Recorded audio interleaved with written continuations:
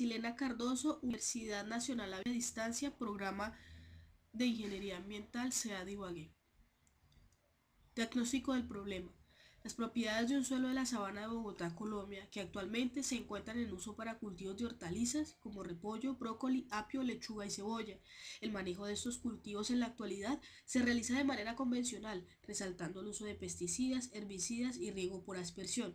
El riego de la zona proviene de una fuente hídrica superficial que aguas arriba tiene vertimientos industriales.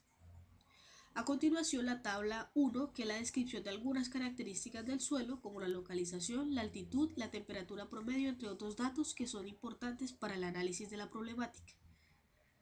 Hipótesis. La contaminación de metales pesados en los suelos se debe principalmente al uso de agroquímicos como los pesticidas y herbicidas.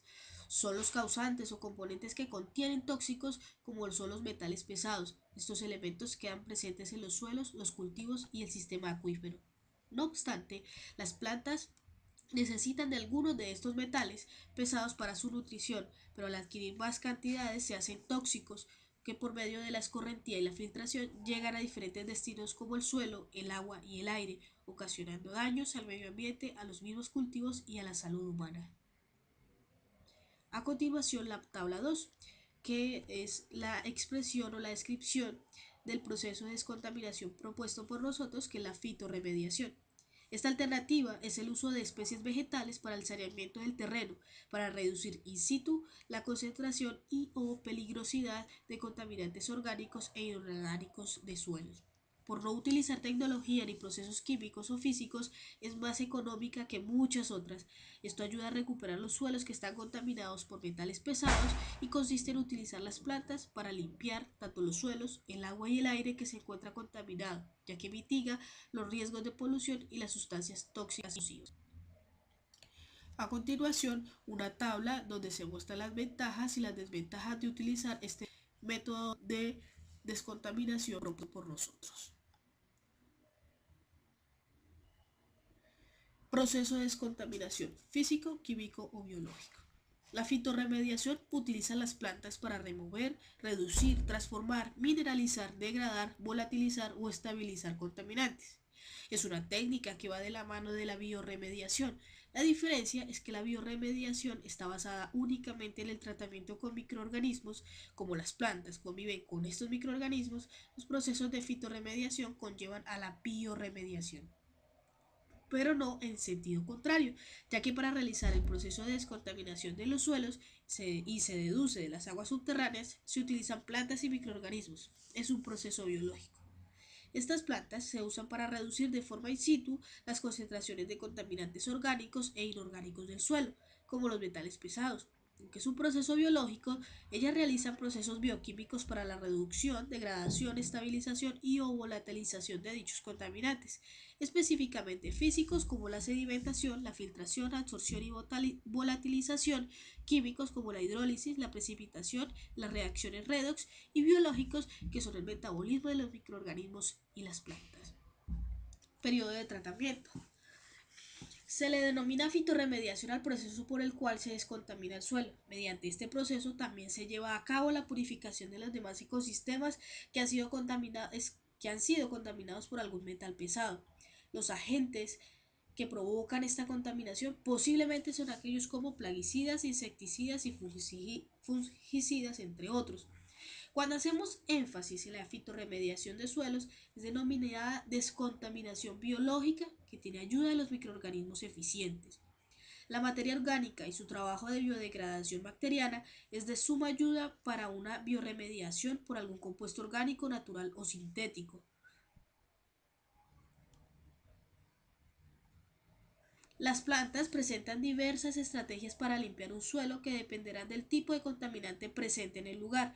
De este modo se identifican 5 procesos: fitoextracción, fitoestabilización, fitodegradación, fitovolatilización y rizodegradación. En este último, la planta y los microorganismos asociados a la rizósfera llevan a cabo el proceso de degradación, estableciendo complejas interacciones que aparentemente están mediadas por los exudados que liberan las raíces de las plantas. Aún existe poco conocimiento respecto a los mecanismos que intervienen en la producción de dichos exudados. así como los mecanismos enzimáticos involucrados. Se muestra la imagen que tenemos aquí de ilustración. Equipos y suministros necesarios. En la fitorremediación podemos encontrar que se trata de un proceso netamente orgánico, ecológico, ambiental, debido a que estos procesos no hay necesidad de implementar maquinarias para poder obtener los resultados que queramos. En la fitorremediación encontramos varios mecanismos para extraer o disminuir todos estos contaminantes orgánicos e inorgánicos. Se puede involucrar la absorción del contaminante por la planta o puede ser que se explote la actividad asociada a la planta de la rizósfera. En general, estos dos tratamientos son gobernados por las características físicas del contaminante. La solubilidad del agua y la capacidad de absorción del suelo son dos características químicas que influencian la fitorremediación de los contaminantes. Estos contaminantes inorgánicos solubles en el agua son absorbidos por las raíces de las plantas, mientras que los compuestos orgánicos no son tomados rápidamente por las plantas, sino que son blancos de las enzimas de las plantas o de los microorganismos asociados con la rizósfera. Este es uno de los procesos que utiliza con el uso de las plantas, las semillas, llamadas lupinus, entre otras semillas, pero este proceso se utiliza para la fitorremediación. Esta semilla permite la gran capacidad de absorción que utiliza el cadmio, el plomo, el cromo y el zinc.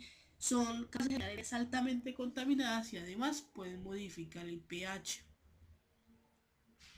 Las raíces de los árboles penetran más profundo que la de las plantas más pequeñas, por lo tanto se emplean las raíces de los primeros para eliminar los contaminantes que se encuentran a mayor profundidad.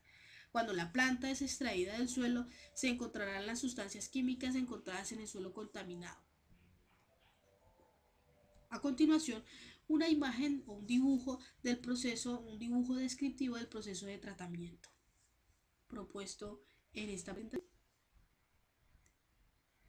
Dentro de las conclusiones y recomendaciones, la sabana de Bogotá ha venido presentando una gran problemática por el más uso de pesticidas, herbicidas y riego por aspersión. Esto ha sido causante de la contaminación en los suelos de la sabana. Los insumos utilizados en esta zona han venido afectando directamente a los cultivos de hortalizas y ha llevado a buscar soluciones para mejorar los cultivos de la sabana con tecnologías de recuperación de suelo. Al plantear una pequeña hipótesis de contaminación y deducir teóricamente si un suelo o parte de este se encuentra contaminado, es necesario conocer la información de este que permita deducir como mínimo su orden taxonómico, clase textual y capacidad de cambio. Las referencias y muchísimas gracias.